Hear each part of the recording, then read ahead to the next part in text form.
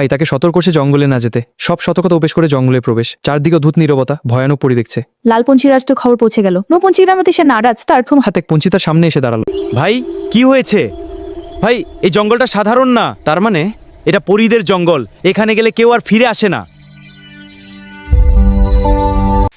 কিন্তু তার স্বপ্ন ছিল পরীদের ছবি তুলে অনেক টাকা আয় করা।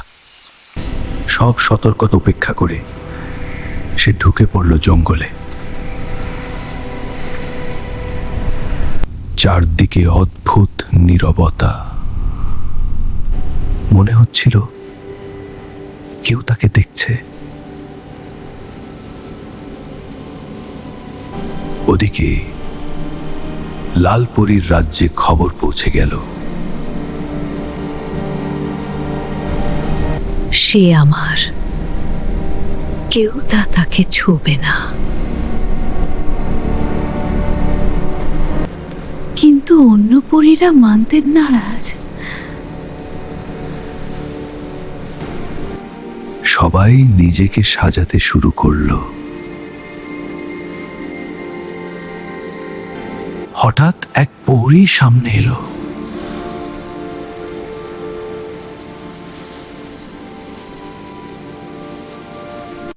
এসো, তোমার ইচ্ছে পূরণ করব।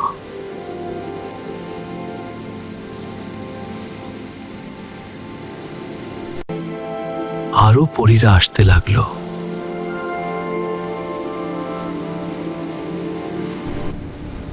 সে না বলে দিল। জঙ্গলটা বদলে যেতে লাগলো।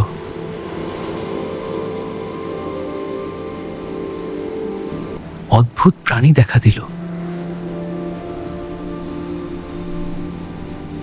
সে দেখল এক লাল পরিবন্দী। তার চোখে ছিল কষ্ট। সে তাকে বাঁচানোর সিদ্ধান্ত নিল।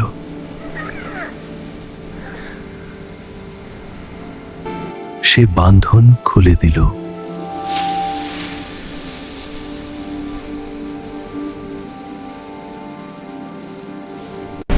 হঠাৎ আলো ছড়িয়ে পড়ল।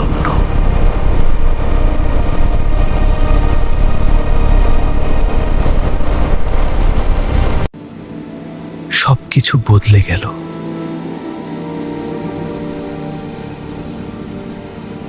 লাল পরী ফিরে এলো। তুমি আমার অপেক্ষার মানুষ।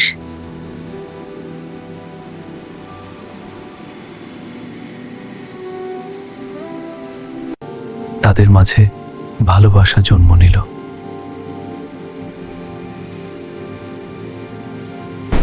কিন্তু এই ভালোবাসা বিপদ রেখে আনল।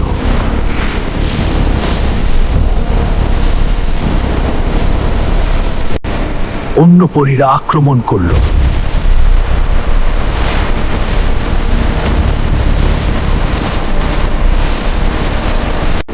লাল পরী তাকে রক্ষা করল।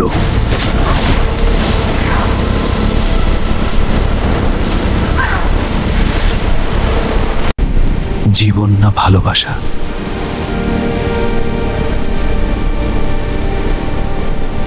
সে ভালোবাসাকে বেছে নিল।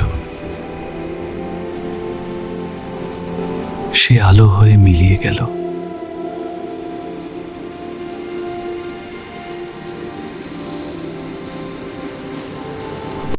লালপরী একা কাঁদতে লাগলো।